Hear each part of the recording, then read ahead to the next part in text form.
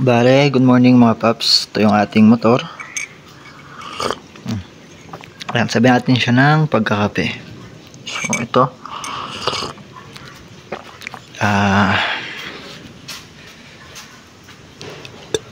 Ikutan lang natin para ilapag ko lang yung ating kape.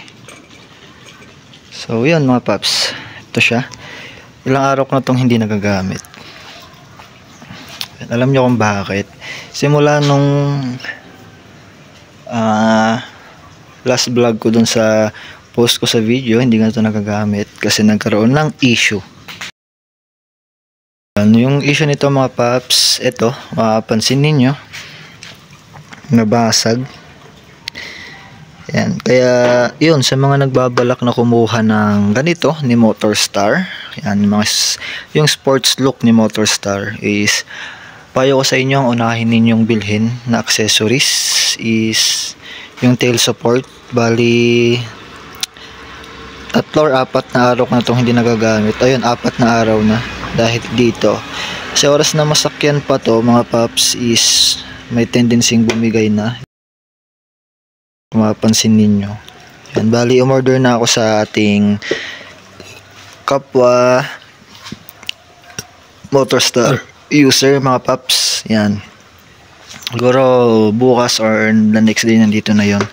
Yun, malayo-layo yung pinanggalingan ng tail support sa Leyte ang pagkakaalam ko. Yun, papakita ko sa inyo yung tail support na binili ko para din may idea kayo. Yun, payo ko lang sa mga gusto ng ganitong motor ni Motorstar is, so yun, ganito yung unahin ninyo. Ito yung uunahin ninyong bilhin is yung tail support. Mas lalo kung meron kayong OBR, yung tail support dito mga paps, kasi unang-una yan, hirap humanap ng stock na ganitong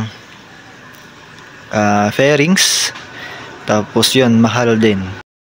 Bali sa Shopee ko lang din in order yon. Doon ako tinuro ng ating kapwa users ng Motorstar. Mabot siya ng 1,457 ang alam ko.